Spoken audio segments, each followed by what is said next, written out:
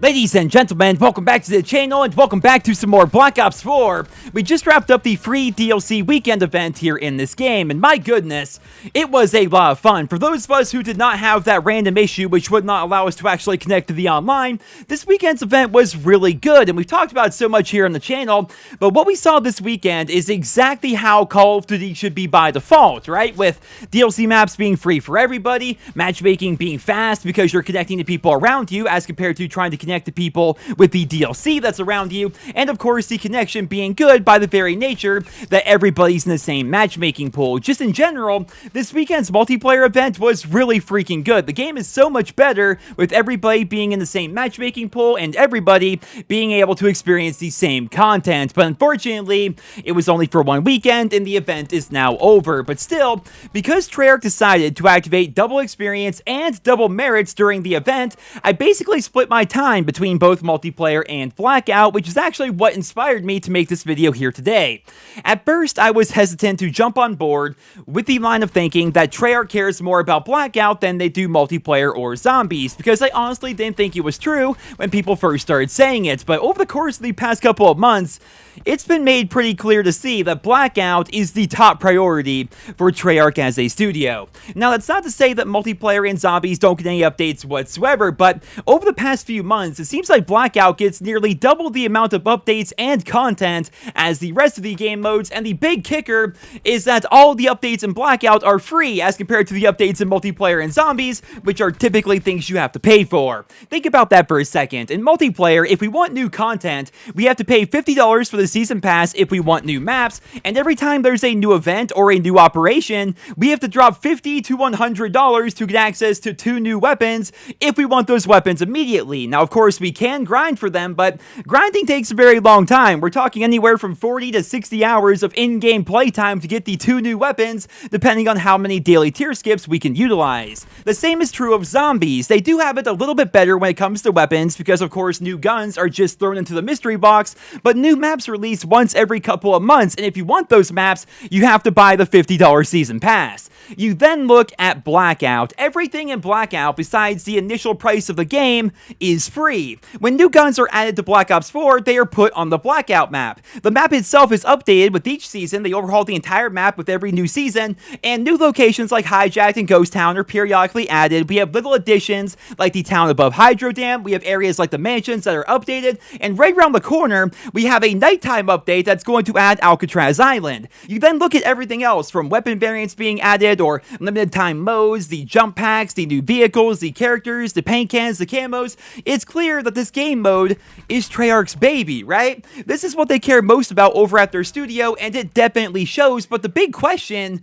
is why? Why are they intentionally neglecting multiplayer and zombies in favor of Blackout when multiplayer and zombies have been the bread and butter of the Call of Duty franchise for over a decade now?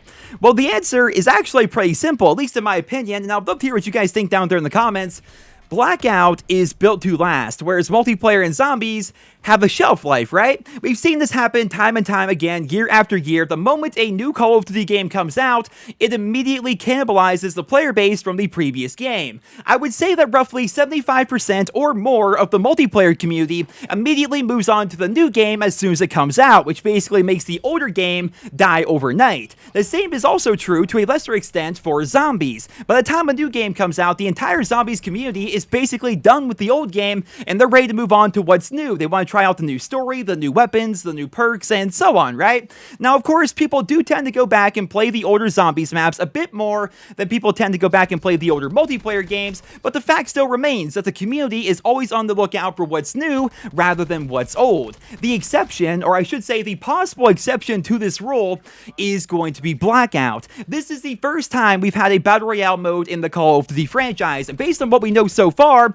it's looking like Blackout is going to be the only Battle Royale Royale mode in the Call of Duty franchise. Now, you guys may remember a while ago, Activision confirmed that Infinity Ward is making this year's game, and they also confirmed that the game is going to be rooted in some of the franchise's most important history, which of course hints that's going to be Modern Warfare 4, and they also specifically said that the game was going to have a single-player campaign, a multiplayer, as well as a co-op experience. They made no mention whatsoever of a new Battle Royale game, and keep in mind, this was during their annual earnings call, where they were answering questions from their investors. Don't you think that if they were making a new Battle Royale game, which would obviously get their investors excited, that they would have mentioned it during that earnings call? The whole reason why they even announced that Call of Duty 2019 was going to be a thing was because they wanted to give their investors an idea of what the immediate future is going to be like here in the Call of Duty franchise. But like I said, they made no mention whatsoever of Battle Royale. This means that Blackout, for all intents and purposes, is going to be the only Battle Royale mode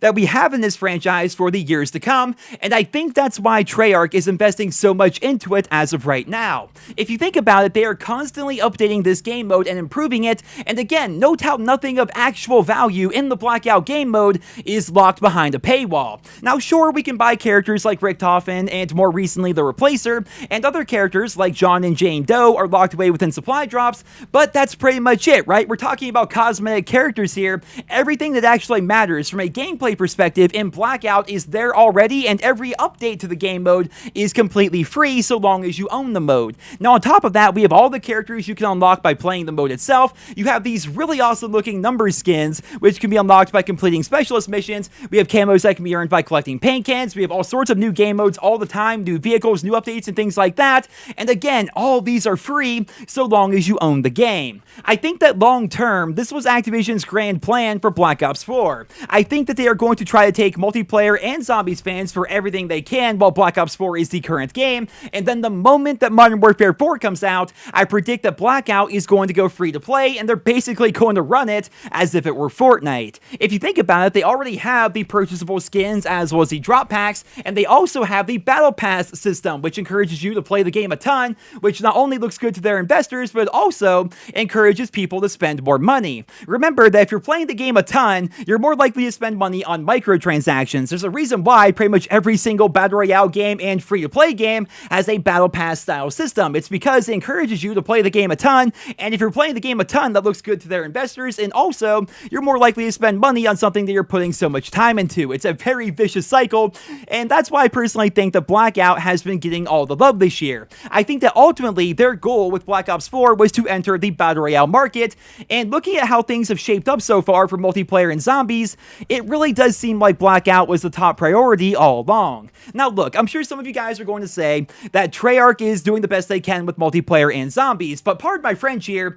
I'm gonna have to call bullshit on that, right? Because I get that some people that work at Treyarch are really good people that just want to make a really good game, and I also get that Black Ops 4, by and large, is a pretty fun game to play, but I don't believe for a second that the multiplayer and zombies teams care half as much about their game modes as the Blackout team does. We are nearly 6 months into this game's life cycle, and the multiplayer team just now made it so we can switch classes before we spawn in when we join the game late. We don't have ping bars on the scoreboard, we don't have combat records, we don't have leaderboards, we don't have the ability to pass party leader off to somebody else, and we can't back out with our entire party at the same time. Now, if These Knives Only happens to catch this video, he'll be happy I mentioned this, but we are nearly 6 months in, and the knife-only community cannot put reactive camos on their melee weapons, and why is that? We have no idea. They just simply have not made that a feature so far.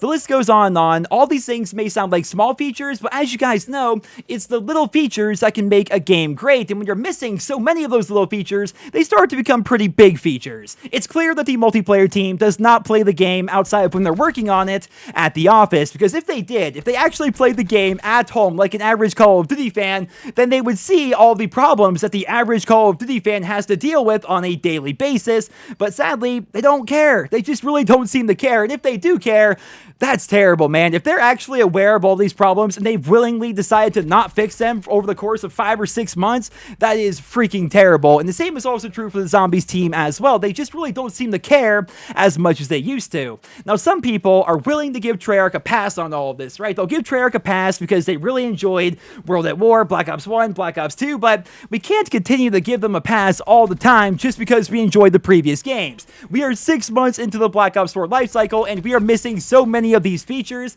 I would maybe understand it if we were like, 1 or 2 weeks into the game's life cycle, because I understand that Treyarch was forced to push out the game before it was ready. They were forced by Activision to push the game out because they had to get the game out before Red Dead 2, Fallout 76, and Battlefield 5. But again, we are 6 months into this game's life cycle. Any issues we had there during the opening week should have been fixed by now, but here we are, nearly 6 months in, and we still have all these problems. Meanwhile, you then look at David Vonderhaar over on Twitter, who of course basically runs the Blackout dev team. He's talking about how he plays the game every single night at home with his friends. He's always interacting with the community on Reddit and on Twitter. He really seems to care. The Blackout team really seems to care, and I wish that kind of passion would bleed over into the multiplayer side of things and the zombies side of things. It's a real shame how things have played out so far here in this game, and I always feel like whenever I'm critical of Black Ops 4, I have to reiterate, I like the game. I really do like the game. I play it on a nightly basis, but because I play the game so much, I am keenly aware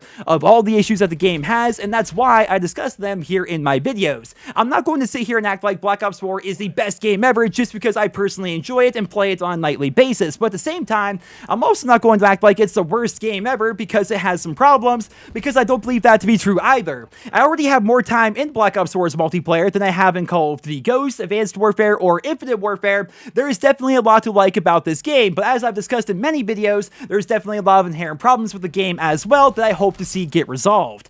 It's actually kind of funny, really. Some people will say, mostly in the YouTube comments, that all I do is complain about Black Ops 4, while other people say all I do is blindly praise the game for everything that they do. I think that's because in the YouTube comment section, people tend to paint things with a very wide brush, but the reality is the world is not simply black and white. Yes, I do discuss the bad things that happen in the Call of Duty franchise because I care about the Call of Duty franchise. I've been playing it for over a decade now, and I want what's best for it, and I also know for a fact that occasionally the developers and even the Activision community managers watch my videos. A lot of these suggestions and feedback that I discuss in my videos come not only from my own personal experiences with the games, but also the experiences of the community as a whole. I feel like if I have a platform like this, I should probably speak up because we have seen countless times in the past that the community really can influence change in the Call of Duty franchise. In fact, Sledgehammer Games told me on Twitter that they actually made a lot of changes to the game based on the feedback that they saw in my videos, and that feedback comes from not only me, but you guys as well. If I have a platform like this, I should probably speak up because our feedback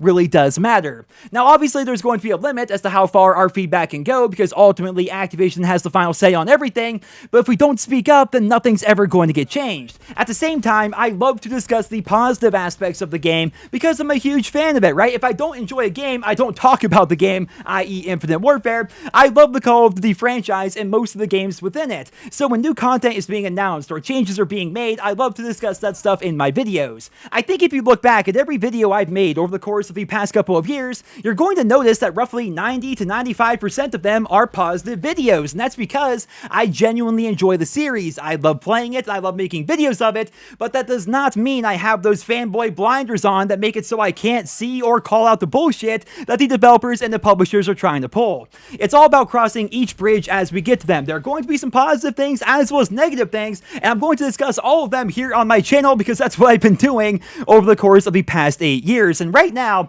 we're just in this really weird spot where the Black Ops 4 life cycle is nearly half over, and things definitely haven't turned out the way that we hoped that they would, right? It's been an incredibly strange year for the Call of Duty franchise, and going full circle here, that's what I want to focus on here in this video, the fact that Blackout really seems to be the priority over multiplayer and zombies, even though multiplayer and zombies have been the bread and butter of the Call of Duty franchise for the past decade. Still though, with Infinity Ward's new game being rumored to be Modern Warfare 4, and it already being confirmed to have a campaign, multiplayer, and co-op mode, a lot of fans are hopeful that COD is going to go back to its glory days, and I'll probably save this for another video, but I have a lot of things I want to say about Modern Warfare 4 and how Infinity Ward needs to handle that game, but I think I'll hold off for another video, and just right now, we're going to wrap things up here before this video gets any longer. Ladies and gentlemen, I hope you guys all enjoyed my little discussion regarding how Black Ops 4 has been handled, as well as the Call of Duty community's perception of Black Ops 4. If you did enjoy the video, please drop me a rating, and I hope you guys all have a wonderful day.